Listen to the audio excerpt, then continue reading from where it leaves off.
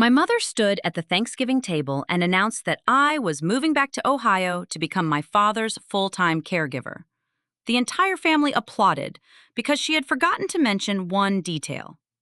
I had never agreed. My name is Myra, and while my parents were telling everyone I would abandon the cafe I had spent 4 years building, I was carrying a professional care plan, the closing papers for the lakeshore, and 9 postcards proving they had erased me from the family long before they came back demanding my future.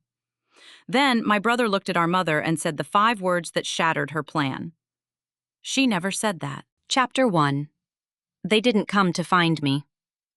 By 11:30 on the last Thursday of October 2025, the lakeshore smelled like roasted coffee-browned butter and the tomato basil soup simmering behind the service counter. I stood in the narrow office beneath the stairs, checking 3 lists that had begun to control nearly every hour of my life. The first covered our lunch inventory. The second tracked the permits and insurance documents needed to transfer the business into my name. The third counted down the remaining steps before closing scheduled for the week after Thanksgiving. $40,000 of my savings would go into the purchase. Rosa would finance the remaining $140,000 through a promissory note. If everything went according to plan, I would own the cafe I had spent 4 years learning to run.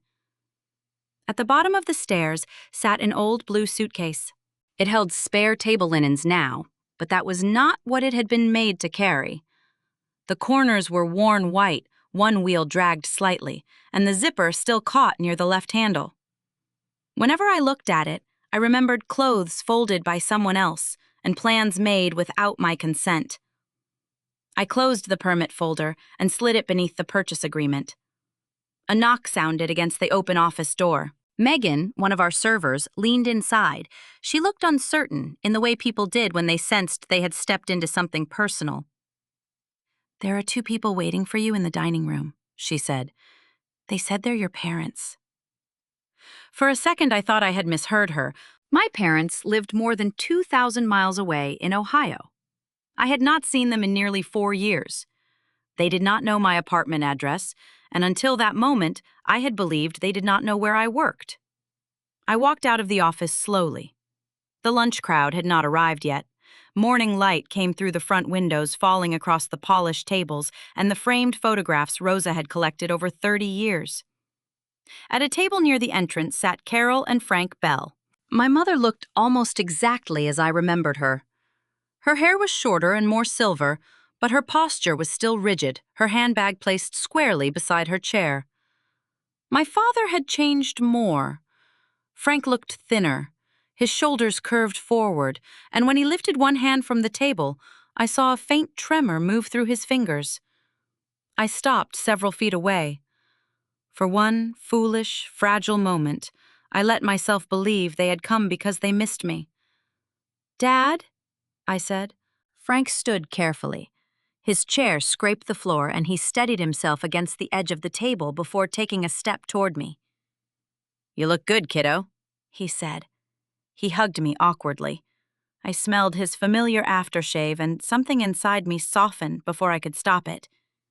Carol gave me a brief embrace, then turned her attention to the dining room. "This is the place," she said.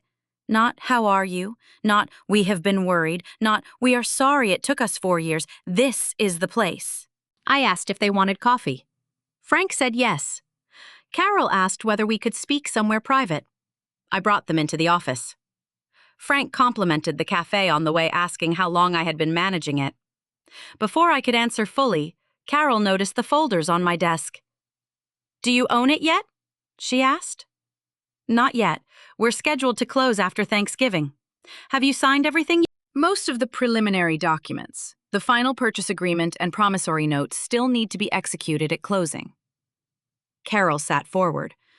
"So it can still be delayed." The word struck me as strange. "Why would I delay it if something came up?" she said. "Could Rosa sell to someone else?" I looked at her more carefully. "I'm buying the operating business for $180,000. I've saved $40,000 for the down payment. Rosa is financing the other $140,000. We've been working toward this transfer for months." The cafe will still be here, Carol said. She spoke with the calm confidence of someone explaining an obvious fact. Outside the office, I heard plates being stacked and the espresso grinder starting. The cafe might physically remain, but my chance to own it would not wait indefinitely. Neither would the permits, insurance, lease assignment, payroll, inventory orders, or monthly payments. This isn't a hobby I can leave for several months, I said. The business stays open because someone operates it every day. Frank lowered his eyes. That was when I understood there was a reason for their visit that neither of them had stated. What happened? I asked. Carol glanced at Frank, but he was the one who answered. I was diagnosed with Parkinson's 8 months ago. The anger forming inside me shifted under the weight of those words. I looked at his trembling hand again. Suddenly, I noticed every movement, the careful way he positioned his feet, the pause before he stood, the stiffness in his left arm. Why didn't anyone tell me? Carol's mouth tightened. You stopped answering us. I had stopped answering messages that arrived only when someone needed money time or a problem solved, but that argument could wait. How bad is it? I asked. Frank said he could still handle most things himself. He sometimes forgot when to take his medication. His balance had become less reliable, and he needed rides to some appointments. Dad, what do you actually need? Carol answered before he could. He needs someone full-time. Frank shifted in his chair. We haven't decided that yet. Someone needs to be there, Carol continued. I can't safely manage everything alone, and Danny has Ellie and the children. I waited, already knowing where the conversation was going. You're more flexible, she said. You've always been capable. You could come home after Christmas, stay for a few months, and take over the day-to-day care until we know what the long-term situation looks like. Take over. She had crossed the country carrying a decision, not a question. I looked at my father. Is that what you want? Before he could answer, Carol said this was not about what anyone wanted. It was about what families did when one of their own became sick. Why can't Danny share the responsibility? Danny has a family, she said. So do I. Carol looked around the office as though searching for evidence of one. You know what I mean. He has a wife and children. His life isn't something he can simply put on hold. The sentence settled between us. Danny's life counted because it contained a wife and children. Mine was apparently a collection of movable pieces. No husband meant no obligations. No children meant no one could be harmed by my absence. The cafe my employees my home, and 4 years of work could all be folded away like seasonal clothes. Dad rubbed his thumb against his fingers. Carol, we haven't decided everything. We're only asking her to help her father, she said. You're not asking if you've already decided when I'm leaving. My mother's expression hardened.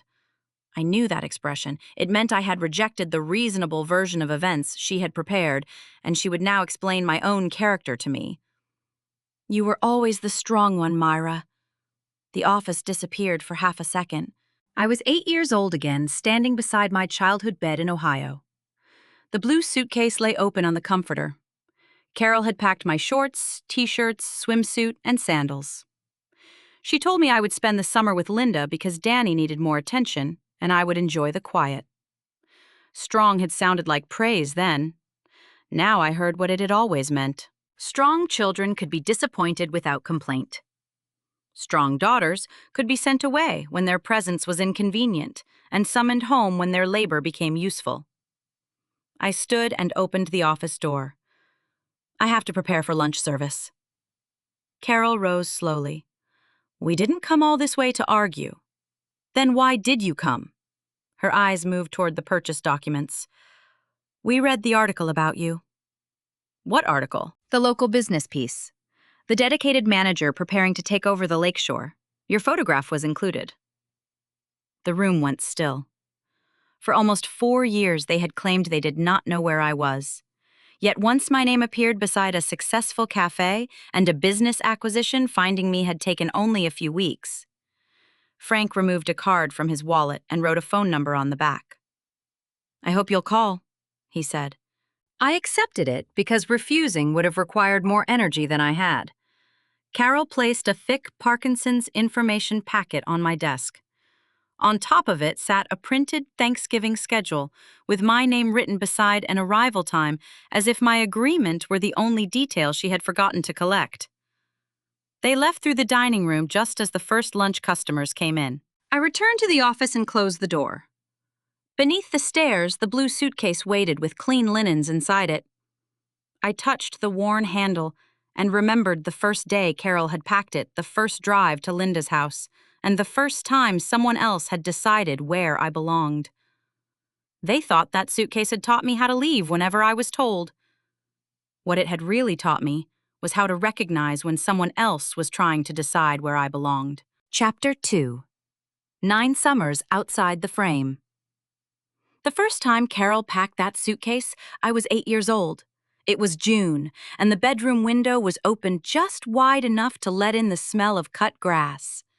I sat on the edge of my bed while she folded shorts, t-shirts, and a yellow swimsuit into careful stacks. She told me I was going to spend the summer with Linda, an old family friend who lived outside Columbus. There would be fresh air, a yard, and fewer distractions. She also said Danny was only 5 and needed extra time with her and Frank. I did not understand why helping Danny required sending me somewhere else. "When are you coming to get me?" I asked. "Before you know it," Carol said. I believed her because 8-year-olds measure promises by the person making them, not by whether that person has kept them before. Linda met us in her driveway. She had prepared a small room at the back of the house with clean towels folded on the bed and an empty dresser drawer waiting for my clothes. She showed me where the bathroom was, asked what I liked for breakfast, and told me she would knock before entering my room. Carol stayed for 11 minutes. Frank carried in the suitcase and placed it beside the dresser. He kissed the top of my head and promised we would do something special when they returned. I stood at the window as their car disappeared beyond the trees. For the first week, I treated every day like the beginning of a countdown. I kept my belongings inside the suitcase because unpacking felt too much like admitting I was staying. Whenever a car slowed outside, I looked up. During the second week, a postcard arrived. The front showed a roller coaster rising above an amusement park. On the back, Carol had written that Danny loved the rides and that they knew I would be happier somewhere quiet. I had never told them I disliked amusement parks. I had begged to ride the tallest roller coaster at the county fair the previous summer. I placed the postcard face down on Linda's kitchen table. She looked at it, then at me. "Do you want to talk about it?" she asked. I shook my head. Linda did not tell me I should be grateful. She did not say Carol probably meant well. She simply moved the card away from my cereal bowl and asked whether I wanted pancakes or eggs. That first summer ended in August. Carol and Frank returned 2 days later than promised. No one had called to explain the delay. By the second summer, the suitcase had already become part of the season. Carol said Danny was still young. The following year, she said I had adjusted so well to Linda's house that changing the arrangement would be unfair to me. After that, she said I was independent, that I preferred quiet places, and that crowded family trips exhausted me. Each explanation sounded reasonable when heard alone. Together, they formed a door that closed every June. The clothes inside the suitcase changed as I grew. Children's shorts became jeans. Plastic sandals became running shoes. The postcards changed too. One showed the Smoky Mountains, another a hotel pool in Florida, another the Gateway Arch in St. Louis. The message never changed. Danny needed them more. At first, I waited beside Linda's front window on the days Carol said they might visit. Then I began asking Linda whether she thought they would really come. Eventually, I stopped asking. When I was 12, I found photographs from a family beach trip in an album on our living room shelf. Danny stood between Carol and Frank with the ocean behind them. He wore the same blue polo shirt as my father. Carol had one arm around Danny's shoulders, and Frank had the other. Their bodies leaned together naturally as though someone had asked a complete family to move closer for the camera. There was no visible gap where I should have been. I studied the photograph for several minutes, searching for some sign that the arrangement was temporary. An extra chair, a fourth towel, anything suggesting they had noticed someone was missing. There was nothing. The postcard from that summer showed the same beach. "You would have hated the heat," Carol had written. I read the sentence until the words stopped looking real. It was not enough for them to leave me behind. They had to invent a version of me who wanted to be excluded. If they decided I hated heat crowds, long drives, and amusement parks, then my absence became an act of kindness. Linda found me sitting on the floor with the album open in my lap. She did not take it away. She sat beside me and waited. "I don't remember saying I hated any of this," I told her. "Maybe you didn't," she said. That was all. She did not tell me what to believe. She gave me permission to trust what I remembered. After that, Linda began keeping the postcards in a small tin box. She had noticed that I hid them inside books or tore open the envelopes and then carried the contents to the trash without dropping them in. She never forced me to read them. She only preserved what I was not yet ready to keep. 6 summers passed between the first postcard and the last. I remember them less as separate vacations than as stages of learning. First, I waited. Then I doubted. Then I understood. After that, I adapted. Linda gave me the same room every year. She left one dresser drawer empty, even during the winter. She asked what meals I wanted before buying groceries. If plans changed, she told me in advance. If she said she would pick me up at 4, her car was outside by 3:55. She knocked before entering my room, even when the door was open. Those things seemed small, until I realized no one had consistently done them before. Linda never used my good behavior to demand more from me. She did not tell me I could handle disappointment better than other children. She did not reward my silence by giving me additional burdens. In her home, being easy to care for did not make me easier to overlook. By the 9th summer, I was 16 and packed the suitcase myself. Carol stood in the doorway while I folded my clothes. She seemed pleased that she did not have to supervise. Frank carried the suitcase downstairs and smiled at me. "You make things easy for us, kiddo," he said. At 16, I still wanted that sentence to be praise. Years later, I understood what easy meant. It meant I no longer asked whether I could come with them. I no longer cried when they left. I had learned not to require the kind of love that might inconvenience them. My birthday fell during that final summer. I called home that evening. No one answered. I left a message and waited near Linda's telephone until bedtime. Danny called the next morning. He sounded cheerful and distracted. He said they had been driving home from a trip and asked whether Linda had made me a cake. I asked where they had gone. He named a lake in Michigan, then started describing the cabin, the boat, and the restaurant where Frank let him order 2 desserts. Danny was not trying to hurt me. That almost made it worse. My absence was so normal to him that he could describe the trip without noticing I should have been there. The final postcard arrived 3 days later. "We knew you'd understand." I sat on Linda's back steps with the card in my hands. That was when I finally understood what Carol meant whenever she called me strong. She did not mean I possessed more courage than Danny. She meant I could be protected less because I had learned to protest less.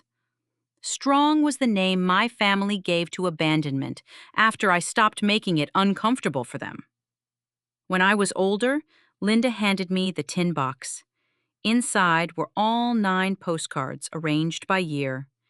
She had scanned each one and kept copies. "You don't have to keep these," she said, "but you deserve to know the story wasn't in your head." I placed the originals in the blue suitcase. For years, I believed adulthood would end the pattern. Instead, Carol changed the details and kept the structure. Whenever Danny needed help, I was more flexible. Whenever the family faced a problem, I was more capable. If his responsibilities conflicted with mine, his were treated as fixed and mine as negotiable. In 2021, Carol asked me to delay a job opportunity so I could return to Ohio and handle a family problem for Danny. She had already told him I would do it before speaking to me. That argument was the last one we had in person. I did not disappear in the middle of the night. I left a forwarding address and an email. I answered the first messages. Then every conversation became another request, another accusation, or another decision made on my behalf. Eventually, I stopped responding. Now, 4 years later, I knelt beneath the stairs at the lakeshore and opened the blue suitcase. The clean linens covered the tin box. I lifted it out and spread the postcards across the office floor. 9 summers, 9 destinations, 9 explanations for why a family of 4 kept arranging itself as 3. In 8 or 9 family albums, I barely existed. Inside that suitcase was proof that my disappearance had not been faulty memory or childish resentment. It had been planned, repeated, and rewritten as something done for my benefit. Carol was doing it again. When my absence made life easier, I had been sent away. Now that my labor could make life easier, I was being called back. The Parkinson's packet on my desk did not change that truth. Frank needed help, and I would not pretend otherwise. But his illness did not give Carol the right to restore me to the role she had designed when I was 8. This time, no one had packed my clothes. No one had signed away my time. No one had the authority to place my name on a schedule and call it love. I had left Ohio to escape a family that always decided where I was supposed to go. 4 years later, they had come to Idaho to do it one more time. Chapter 3. The Life They Thought I Could Abandon. Sandpoint had not offered me a new life when I arrived in 2021. It had offered me a place where no one already knew what my life was supposed to be. I came to Idaho with 2 suitcases, limited savings, and no promise that leaving Ohio had been the right decision. The first place I rented was a tiny studio behind an aging commercial building several blocks from downtown. The radiator worked when it felt like it, the windows rattled during storms, and doing laundry required carrying a canvas bag to a laundromat 6 blocks away. The rent was $300 a month because it was not a standard apartment and because I helped the owner keep the books, collect maintenance invoices, and watch the property when he traveled. The arrangement had existed long before rents began climbing around Sandpoint. It gave me a room barely large enough for a bed and a table, but it also gave me something I had never possessed in Ohio: a door no one else could open without my permission. I started working the opening shift at the lakeshore. I arrived before sunrise, brewed the first coffee, counted the register, and helped prepare the dining room. Within a few months, I took responsibility for inventory. Later, Rosa let me assist with payroll records and vendor invoices. She did not hand me authority because I had a painful childhood. In fact, she knew almost nothing about my family during my first year. She trusted me slowly, one completed responsibility at a time. I learned that running a cafe involved far more than serving food and remembering regular customers' names. I learned how quickly food costs could erase a profitable week. I learned which permits required renewal and what health inspectors checked beneath equipment, and how one employee calling out could disrupt an entire shift. Once, I ordered nearly twice as much produce as we needed before a slow weekend. Rosa made me call the supplier, negotiate what could be returned, redesign 3 specials around what remained, and record the loss. Another time, I hired a server because I liked her confidence and ignored 2 concerns raised by the shift supervisor. She quit without notice during a busy Saturday brunch. Rosa did not rescue me from that mistake either. She helped cover the floor, then made me explain to the staff why I had overridden their concerns. Trust at the lakeshore was never something I received because people felt sorry for me. It was something I rebuilt after every error. The hardest lesson came during my second winter. I underestimated how much cash we needed to survive the slow season. I had calculated food and payroll expenses, but failed to leave enough room for equipment repairs and an insurance payment. Rosa sat beside me after closing, while snow pressed against the windows. We reviewed every number until I found the mistake myself. I thought I was helping by keeping the estimate optimistic, I said. Rosa tapped the spreadsheet with one finger. Help that hides the numbers isn't help. I waited for her to take the responsibility away from me. Instead, she asked what I planned to do. I cut an unnecessary order, renegotiated a vendor schedule, and delayed replacing 2 dining room chairs. Rosa approved the plan after I showed her how the cafe would recover without endangering payroll. That was the difference between Rosa and Carol. Carol called taking control a form of help. Rosa gave me the truth, then left the decision in my hands. By early 2025, I was managing most of the Lakeshore's daily operations. When Rosa told me she planned to retire, I assumed she would sell to an outside buyer. We were sitting at a corner table after closing when she placed a folder between us. "I want to offer you the business," she said. I stared at her. "I can't pay what it's worth. I know what you can pay. That's why there are terms." The purchase price was $180,000. I would contribute $40,000 from my savings. Rosa would finance the remaining $140,000 through a promissory note with a fixed interest rate monthly payments and a defined repayment period. The sale included the equipment inventory, brand goodwill, and the right to assume the lease, subject to the landlord's approval. I would be responsible for maintaining insurance permits, working capital, and every required payment. If I seriously defaulted, Rosa could exercise the remedies in the agreement against the secured business assets. It was an opportunity, not a gift. Rosa would earn interest, avoid an abrupt transition, and sell to someone who understood the cafe's finances. I would gain ownership without qualifying for a conventional loan large enough to complete the purchase. Closing was scheduled for the week after Thanksgiving. That was the life Carol had dismissed with 5 words: "The cafe will still be here." 2 days after my parents returned to Ohio, my phone began ringing. Carol left 3 messages in one afternoon. In each one, she spoke as though my move had already been approved and only the date remained uncertain. She discussed which bedroom I could use, which appointments I would attend, and whether I should ship my belongings before Christmas. I did not return those calls. Danny called the following evening. "Mom says Dad needs someone full-time." I stood in a Lakeshore's storage room, checking the call against an inventory sheet. Did Dad say that, or did Mom? Silence filled the line. "She's with him every day, Myra. She knows what's happening." That wasn't my question. Danny exhaled. "Dad needs help. Ellie and I have the kids, and I can't just walk away from my responsibilities." Neither can I. Rosa could find someone else to buy the cafe. The ease with which he said it hurt more than I expected.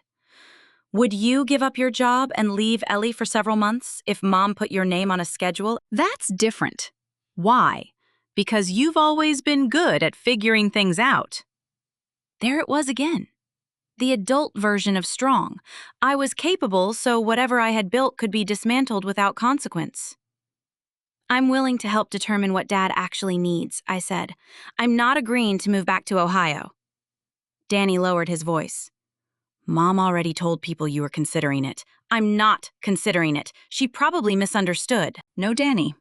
She announced something before asking me. That isn't misunderstanding, it's pressure." The family messages began the next morning. One aunt wrote that Frank must be relieved. A cousin said it was wonderful that I was finally coming home. Someone else reminded me that family came before business. Every message congratulated me for making a decision I had never made. Carol had told them I had almost agreed. By publishing the plan first, she had changed the moral shape of my refusal. I would no longer appear to be a daughter protecting her livelihood. I would become the selfish woman who broke a promise to her sick father. I resisted the urge to defend myself in the family group chat. Instead, I saved every message and moved all important communication with Carol to email or text. I wrote one clear response. I have not agreed to relocate to Ohio or become Dad's full-time caregiver. I am willing to participate in an objective assessment of his needs and discuss a shared care plan. Please do not announce decisions on my behalf. Carol did not acknowledge the correction. She sent another schedule. Meanwhile, the lakeshore required the same things it had required before my parents appeared. Employees needed shifts approved. Holiday orders had to be placed. Insurance documents had to be finalized. The license transfer was already underway, and November and December revenue would determine how much working capital I had after closing. Leaving for several months could reduce sales, destabilize the staff, and threaten my ability to meet the obligations I was preparing to sign. If I failed to close on time, Rosa could legally look for another buyer. When I showed Rosa Carroll's latest message, she read it without commenting on my family. "I'm not asking you to choose the cafe over your father," she said. "I'll honor the deal we signed, but I won't pretend the numbers stop mattering because your mother wants them to." That afternoon, Rosa handed me the final promissory note for my attorney to review. The document specified the principal interest rate payment schedule, default terms, and collateral. Every page described an obligation I had chosen with full knowledge of the risks. An hour later, Carol emailed me a Thanksgiving itinerary. Attached was a list titled, "People Who Need to Know Myra's Return Date." I placed the two documents beside each other on my desk. One allowed me to own the future I had spent 4 years building. The other treated that future as if it had already been erased. I decided I would go to Ohio for Thanksgiving. I would not go there to negotiate away my home or let Carol turn a family dinner into a farewell ceremony. I would find out exactly what Frank needed, calculate what real care would cost, and identify what Danny, Carol, and I could each reasonably contribute. Then I would give my answer in front of the same people who had already been told I was coming home. My mother thought Thanksgiving would be the day my family sent me back to my old place. She did not know I was bringing the numbers that could destroy her entire plan. Chapter 4. What my father actually needed. The first call I made was not to Carol Danny or any relative who had already decided what Frank's diagnosis meant. With Frank's permission, I contacted an elder care specialist in Ohio and arranged a functional assessment at the house. I joined by video from my office at the lakeshore, while Frank answered questions and demonstrated what he could still do. He could feed and dress himself. He understood his diagnosis and communicated clearly. He could walk through most of the house without assistance on better days. The problems were real, but they were specific. Frank sometimes forgot whether he had taken his medication. On difficult mornings, stiffness made bathing unsafe without someone nearby. His balance worsened when he was tired, and he should not drive himself to every appointment. The specialist recommended grab bars, better lighting near the stairs, removal of loose rugs, a medication dispenser, and help with meals and household chores. What she did not recommend was a daughter abandoning her business and moving 2,000 miles away to provide care around the clock. A preliminary plan was prepared within the week. A home care aide could visit 3 times each week. Meals could be prepared in advance or delivered. Danny could manage appointments and respond to emergencies because he lived nearby. Carol could continue the tasks she could safely handle. I could call on a schedule and contribute a fixed monthly amount without draining the $40,000 reserved for the lakeshore. Frank and Carol's insurance pension income and available resources would be used before the remaining expenses were divided. His needs would be reassessed after 60 to 90 days. For the first time since my parents had entered the cafe, I saw a third choice. I did not have to abandon Frank. I did not have to abandon myself either. After the written assessment arrived, I called Frank when I knew Carol would be at the grocery store. "Dad, did you ask Mom to bring me back to Ohio?" He was quiet long enough that I heard the television playing behind him. "No," he said, "not exactly." "What does that mean?" she said. "You would want to help. She thought it made sense because you don't have children and your work was more flexible." "My work is not more flexible, I know that now." "Did you ever tell her I should move home?" No. Did you tell her not to plan it? Another silence followed. No. I closed my eyes. Your silence wasn't neutral, Dad. Mom used what you needed to create an obligation for me, and you stood there while she did it. Frank did not mention Parkinson's. He did not say he had been frightened or overwhelmed, although I knew both were probably true. You're right, he said. It was not a complete apology.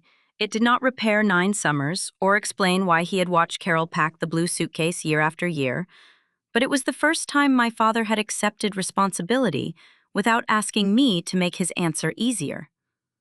2 days later, Carol sent me a screenshot of an article about Ohio law and adult children supporting elderly parents. Her message appeared beneath it. I thought you should know this isn't only a moral obligation. For 20 minutes, I stared at those words and felt 8 years old again. Carol had moved from praise to guilt, and from guilt to implied legal force. If calling me strong did not work, she would make obedience sound mandatory.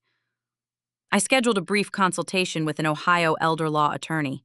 He explained that no article on the internet automatically required me to relocate, quit my job, or become Frank's personal caregiver. Support did not mean 24-hour physical care. Carol could not make commitments in my name. Frank retained the right to participate in or reject a care plan while he remained capable of making decisions. His income insurance and resources mattered, and there was no court order directing me to surrender my life in Idaho. The attorney advised me to put every commitment in writing and avoid vague promises that someone else could later reinterpret. I sent Carol a short email. I will discuss Dad's assessed needs and a written division of responsibilities. I will not discuss any plan requiring me to relocate to Ohio. She did not respond. Danny called that evening. His voice sounded different, stripped of the impatient certainty he had used before. I found the albums, he said. I waited. You're not in most of the summer sections, no. I thought you were always with Linda because you wanted to be. That's what Mom told you. I found some of the postcards and old photographs. I remembered the pictures on the front. I emailed him photocopies of the backs. He called again after reading them. I never turned them over. The sentence landed harder than he intended. Danny had never turned over the postcards, but he had also never looked behind the version of our childhood that benefited him. He had accepted the trips, the attention, and the complete family photographs without asking why his sister had disappeared from the frame. I was a kid, he said. So was I. I know. No, Danny. You're beginning to know. That isn't the same thing. He did not argue. I told him recognizing the truth would mean very little if he still expected me to absorb the practical consequences. Frank needed someone nearby to coordinate appointments and respond when a problem could not wait for a phone call from Idaho. Danny agreed to manage the medical calendar drive Frank to important appointments and serve as the first contact for local emergencies. He would share any expenses remaining after their parents' resources and insurance were used. He would not call me every time Frank missed a pill or Carol felt overwhelmed. Then I gave him the responsibility I suspected he feared most. You need to correct what Mom told everyone. He exhaled slowly. I will. Not after Thanksgiving. Before. I said I'll do it. I did not forgive him during that call. Forgiveness was not a receipt issued because someone finally admitted what had been visible for years. But for the first time, Danny was carrying part of the weight instead of explaining why it belonged to me. The day before Thanksgiving, I flew to Ohio with a folder in my carry-on and the blue suitcase checked beneath the plane. Danny picked me up from the airport.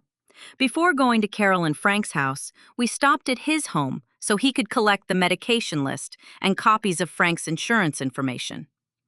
Inside, a little girl stood near the living room doorway, studying me with open curiosity. I recognized her from photographs as Danny's daughter Ellie, but she had been too young the last time I saw her to remember me. "Who are you?" she asked. Danny stopped beside me. "This is Aunt Myra." Ellie frowned. "I've never seen her in the family albums." The question lasted only a moment. She was soon distracted by a toy near the couch, but I remained still. My absence had passed into another generation. I had not merely been excluded from vacations, a child in my own family had learned our history from photographs arranged to suggest I had never belonged there. Danny looked at his daughter. Aunt Myra didn't just show up, he said. Our family didn't tell the whole story. It was not enough, but it was true. On Thanksgiving morning, I organized everything on his kitchen table. The functional assessment went first. Behind it was the proposed care plan, a division of responsibilities, and the maximum monthly amount I could contribute without threatening the closing. I packed photocopies of the 9 postcards, never the originals. Those remained protected inside the blue suitcase. I also carried the final documents for purchasing the lakeshore. One folder showed what Frank actually needed. The other proved what my life in Idaho required. When I entered my parents' house, the dining room was already crowded. Aunts, cousins, and family friends moved between the kitchen and the long table. The smell of turkey and sweet potatoes filled the rooms. Before I could remove my coat, Aunt Denise embraced me. "Your father must be so relieved you're coming home." A cousin squeezed my arm. "You're doing the right thing, Myra." Someone near the dining table asked whether I had already found a buyer for my furniture in Idaho. Danny heard them. His face tightened. Carol had not invited everyone to discuss Frank's care. She had prepared witnesses for an announcement she expected me to obey. Dinner had barely begun when she rose from her chair and tapped a spoon lightly against her glass. The room fell quiet. Carol smiled at me as though I had already given her everything she wanted. We have something wonderful to share about Myra. Chapter 5. The Table I Chose for Myself. Carol rested one hand on the back of Frank's chair and smiled across the table. Myra will be coming home after Christmas. She'll take over the day-to-day care, and then we can finally settle into a routine. Aunt Denise turned toward Frank. "You must be so relieved." The fork in my hand trembled against the plate. For several seconds, I said nothing. Carol mistook my silence for the same surrender she had relied on since I was 8. Danny broke it first. "She never said that." Carol's smile tightened. "She's still working through the details." I placed the care plan on the table. "No, I'm not." The room went still. I looked at Carol. "I'm not moving back to Ohio. I'm buying the lakeshore." I paused before continuing. "Dad's care will be based on what he agrees to and what he actually needs. You, Danny the home care aide, and me within what I can reasonably do." Then I gave her the boundary that mattered most. "You do not announce decisions for me again. Not to family, not to Dad, not to anyone." Carol stared at me as if I had violated an agreement written before I was old enough to read. "Danny has children," she said. "You have more flexibility. We do not hand a family member over to strangers when his own daughter can help him. A trained aide is not replacing the family. The aide will provide scheduled help with bathing, meals, medication, and household tasks. Those are the needs identified in Dad's assessment. You have $40,000 for a restaurant," Carol said. "That money could take care of your father. That money is required for a signed business purchase. If I remove it, I lose the deal, my income, and the future I spent 4 years building." Carol's voice sharpened. "A good daughter would not put a business above her father." I opened the folder and slid the assessment toward Frank. "I am not abandoning Dad. I am refusing to abandon myself." Carol shook her head. "You've always been the strong one." I remembered the postcards, the packed suitcase, and every summer when my ability to survive without protection had been used as proof that I did not need it. That was never permission to leave me unprotected. Carol glanced around the table. "You are humiliating this family in front of everyone." Danny remained seated, but his voice was steady. "No, Mom, you told everyone she agreed when she didn't." No one rushed to defend me. They did not need to. Aunt Denise looked down at her plate. My cousin stopped asking about my furniture. The certainty in the room had cracked because everyone finally understood that Carol's announcement was not confirmation of my decision. It was an attempt to create one. Frank had not spoken. The silence lasted long enough for me to believe he would choose comfort again. Then he set down his napkin. "Carol, stop!" She turned toward him. "Frank, you don't understand what she's saying." "I understand exactly what she's saying." His hands shook slightly on the table, but his voice did not. "Myra doesn't owe me her life. I never asked her to move home. I agreed to the assessment, and I agree with the care plan. I want both of my children to help in ways they choose and can sustain. I will not let my illness be used to destroy what she built." Carol looked as though he had betrayed her. Maybe he had. For once, he had betrayed the peace that depended on my silence.